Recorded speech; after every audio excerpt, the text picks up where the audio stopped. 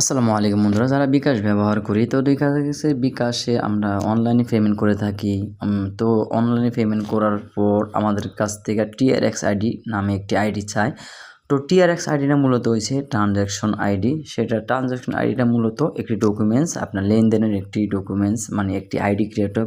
প্রত্যেকটা লেনদেনে কিন্তু একটি আইডি ক্রিয়েট হয়, সেই আইডিটা কিন্তু তাদেরকে দিতে হয়। তো আমরা অনেকে ভয় পাই যে আইডিটা দেওয়া যাবে কি না, বা কোনো সমস্যা হবে কি না, বা এবং কীভাবে বের করব এই ট্রানজ্যাকশন আইডিটা, এই ভিডিওতে আমি দেখিয়ে দেবো। চলুন ভিডিওটি আমি স্টার্ট করছি। মূলত ট্রানজ্যাকশন আইডিটা আপনার যে ট্রানজ্যাকশন আইডিটা সেটা সার্চ করার জন্য, সেটা দেখার জন্য এই আইডিটা আপনার কাছ থেকে নেয়, ঠিক আছে।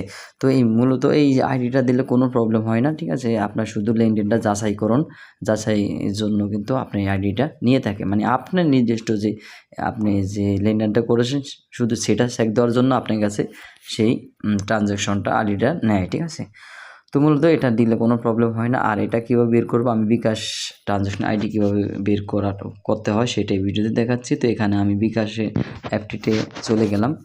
বিকাশ অ্যাপটির মধ্যে প্রবেশ করার পর এখানে যদি একটু বেরিয়ে যায় এরকম আসবে হোম পেজটা। এরকম আসার পর দেখতে পাচ্ছেন উপরে এই যে লগোটা আছে বা 3 লাইন আছে, এখানে ক্লিক করব। এখানে যদি ক্লিক করে দেখতে পাচ্ছেন 2 নাম্বারে আছে এখানে স্টেটমেন্ট, এখানে ক্লিক করব। স্টেটমেন্টে ক্লিক করার পর সকল ট্রানজ্যাকশনগুলো কিন্তু চলে আসবে। একটি ট্রানজ্যাকশন আমি যদি এখান থেকে বের করি তাহলে দেখতে পাচ্ছেন এই যে ট্রানজ্যাকশন আইডি, মূলত এটা অন্য জায়গায় টিআরএক্স আইডি লেখা থাকে, ঠিক আছে। এখানে ট্রানজ্যাকশন আইডি লেখা আছে।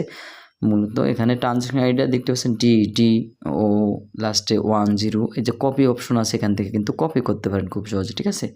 এবং কি আপনি চাইলে মেসেজের মাধ্যমে যে একটি আমাদের ফোনে যে মেসেজ আসে সেখান থেকেও কিন্তু নিতে পারেন। তো এখান থেকে যদি আমি বেরিয়ে যাই, মেসেজে যদি চলে যাই তাহলে যে বিকাশ, তাহলে দেখতে পাচ্ছেন এই যে একটা লেনদেন, 50 টাকার একটা লেনদেন। তাহলে এইটার ট্রানজ্যাকশন আইডি কোনটা দেখতে পাচ্ছেন, টিআরএক্স আইডি নামে পরিচিত। এখানে টিআরএক্স আইডি লেখা থাকে আর ওখানে ট্রানজ্যাকশন লেখা থাকে। এখান থেকে কিন্তু পুরোটা কপি করা যায় না, এখানে আপনি নোটপ্যাডে লিখে নিতে হবে, ঠিক আছে। বা মানে আপনি খাতায় লিখবেন বা নোটপ্যাডে লিখে নেবেন। এই যে ডিএফও লাস্টে 52 দেখতে পাচ্ছেন, এইটুকুই মূলত ট্রানজ্যাকশন আইডি। টিআরএক্স আইডি সহ দেওয়া প্রয়োজন নেই, শুধু ডিএফও লাস্টে এই যে 52 এইটুকুই কিন্তু মূলত ট্রানজ্যাকশন আইডি। আশা করি বুঝতে পারছেন কীভাবে ট্রানজ্যাকশন আইডি বের করতে হয় বা দিলে কোনো প্রবলেম আছে কি না। তো ভিডিওটি শেয়ার করে দিবেন, অনেকেরই কিন্তু এই কোশ্চেন আছে, ঠিক আছে। অবশ্যই শেয়ার করে দিলে তাদের উপকার হবে। আর চ্যানেলটি সাবস্ক্রাইব করে দিবেন, আর অবশ্যই এই ভিডিওটিতে একটি লাইক দিবেন।